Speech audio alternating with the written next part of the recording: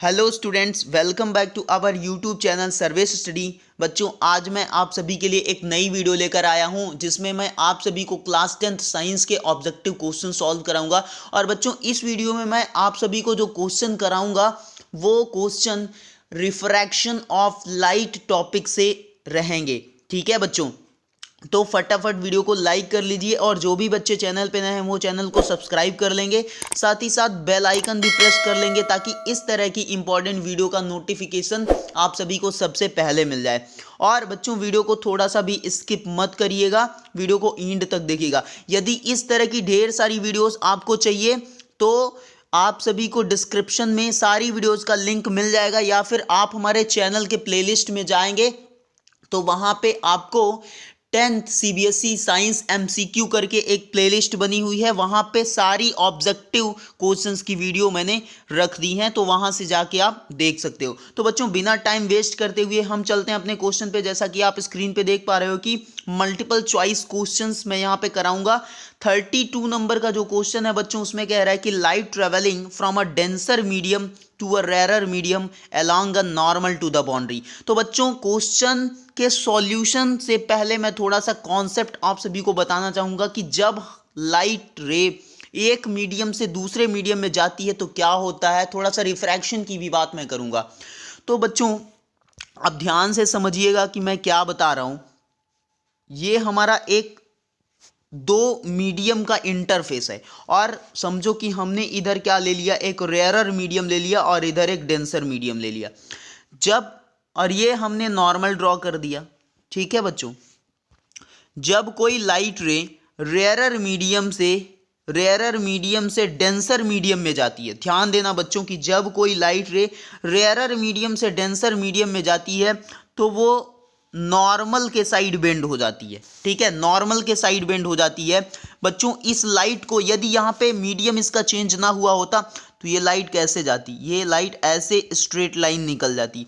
But यहाँ पे क्या हो रहा है, मीडियम चेंज हो जा रहा है, इसकी वजह से क्या हो रहा है कि लाइट बेंड कर जा रही है, और यही बेंडिंग ऑफ लाइट को हम क्या बोलते हैं, रिफ्रैक्शन ऑफ लाइट। ठीक है, तो सबसे पहली बात आपको समझ में आ गई होगी कि जब भी लाइट रे हमारी रेयरर टू डेंसर मीडियम में जाएगी तो लाइट जो होगी वो नॉर्मल से बेंड हो जाएगी, नॉर्मल के साइड बेंड हो जाएगी। ठीक है बच्चों, दूसरा जो कॉन्सेप्ट है बच्चों इसका वो ये है कि मान लो ये हमारा दो मीडियम का इंटरफेस हो गया और एक लाइट रे, ये हमने नॉर्मल ड्रॉ कर दिया,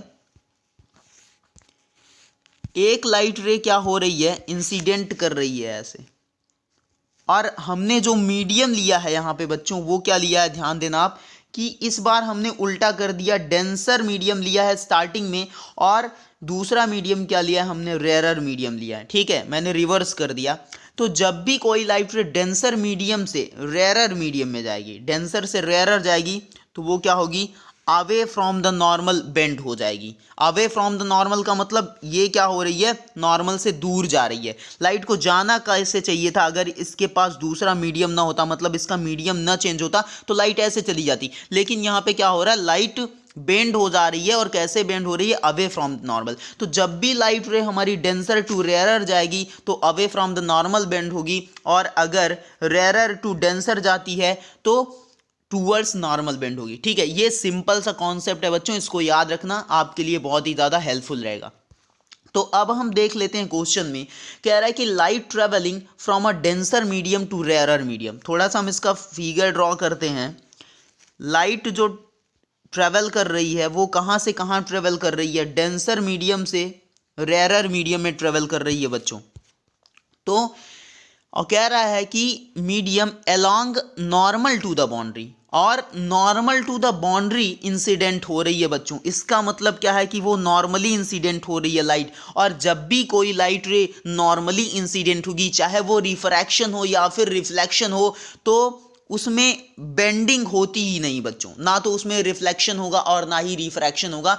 वो लाइट रे रिफ्रैक्ट नहीं होगी, सीधी की सीधी चली जाएगी। ठीक है, तो यहां पे करेक्ट आंसर कौन सा होगा बच्चों, करेक्ट आंसर आपका होगा option D, is not refracted. वो रिफ्रैक्ट ही नहीं होगी क्योंकि नॉर्मली वो इंसिडेंट हो रही है। ठीक है, नेक्स्ट क्वेश्चन देख लेते हैं बच्चों। 33 नंबर का क्वेश्चन है, कह रहा है कि a ray of light passes from glass into air, the angle of refraction will B.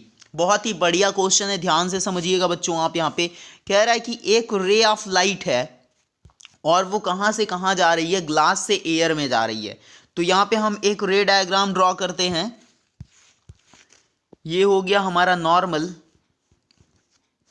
और ग्लास से एयर जा रही है, तो यहाँ पे मैंने ग्लास ले लिया पहला मीडियम, और दूसरा मीडियम मैंने क्या ले लिया, एयर ले लिया। ठीक है बच्चों, तो लाइट रे ग्लास में ट्रेवल करती हुई कहाँ जा रही है, एयर में जा रही है बच्चों।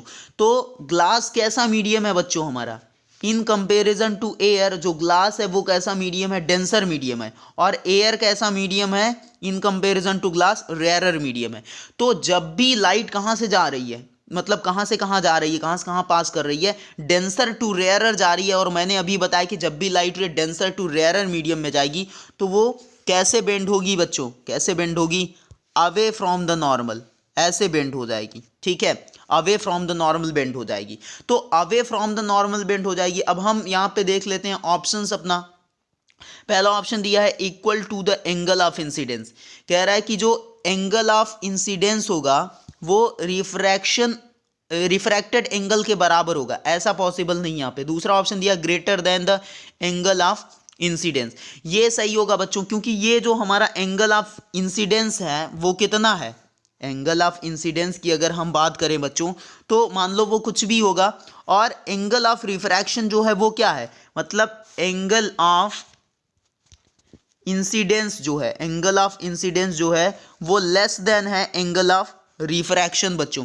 तो हमारा दूसरा ऑप्शन यहाँ पे करेक्ट होगा बच्चों, option B, greater than the angle of incidence. जो रिफ्रैक्टेड एंगल है वो एंगल ऑफ इंसिडेंस से ग्रेटर है। ठीक है बच्चों, नेक्स्ट क्वेश्चन है बच्चों 34 नंबर का, स्क्रीन पे कह रहा है कि a ray of light travelling in air goes into water, the angle of refraction will B.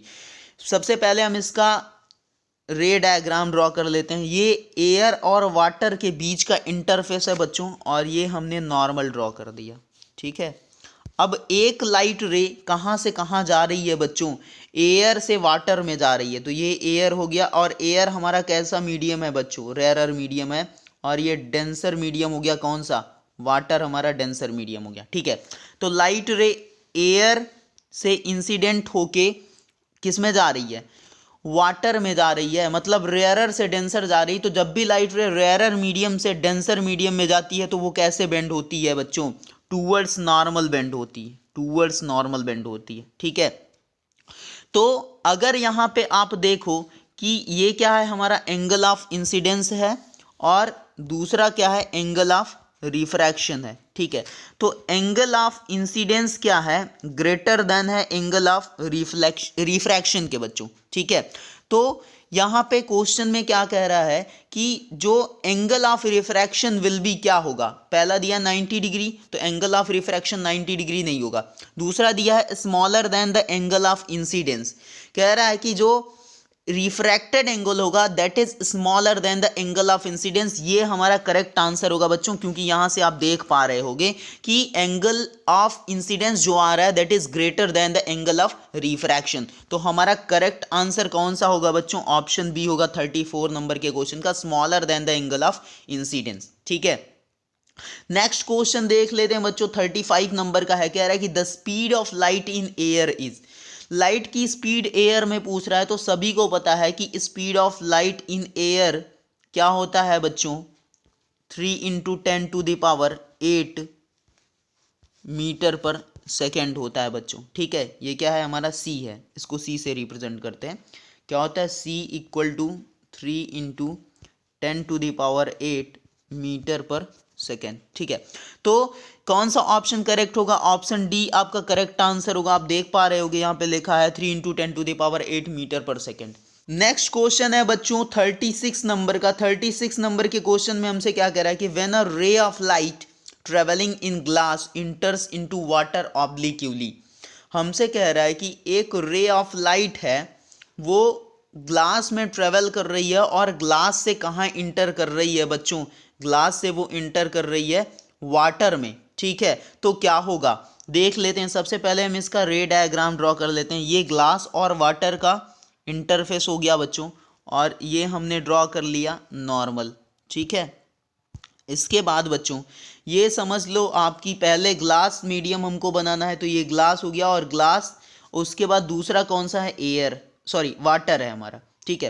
तो वाटर कैसा मीडियम है बच्चों in comparison to glass, water हमारा रेयरर मीडियम है इन कंपैरिजन टू ग्लास, और ग्लास कैसा होगा in comparison to water, denser medium होगा, ठीक है। तो लाइट कहाँ से कहाँ जा रही है बच्चों, ग्लास से ट्रेवल कर रही है वाटर में, ठीक है। तो हम यहाँ पे ट्रेवल करा लेते हैं। ये लाइट ऐसे इंसिडेंट हुई, ग्लास है, ग्लास मीडियम से कहाँ पे जा रही है बच्चों, ये वाटर में जा रही है। तो डेंसर से रेयरर जब भी लाइट रे जाती है तो वो कैसे बेंड होती है, अवे फ्रॉम द नॉर्मल, ठीक है। तो यहाँ पे क्या हो रहा है, अगर हम थोड़ा सा कंपेयर करें एंगल ऑफ इंसिडेंस और एंगल ऑफ रिफ्रैक्शन की बात कर लें, तो जो एंगल ऑफ इंसिडेंस है बच्चों वो क्या है, angle of incidence is less than the angle of refraction, है कि नहीं है बच्चों, ठीक है।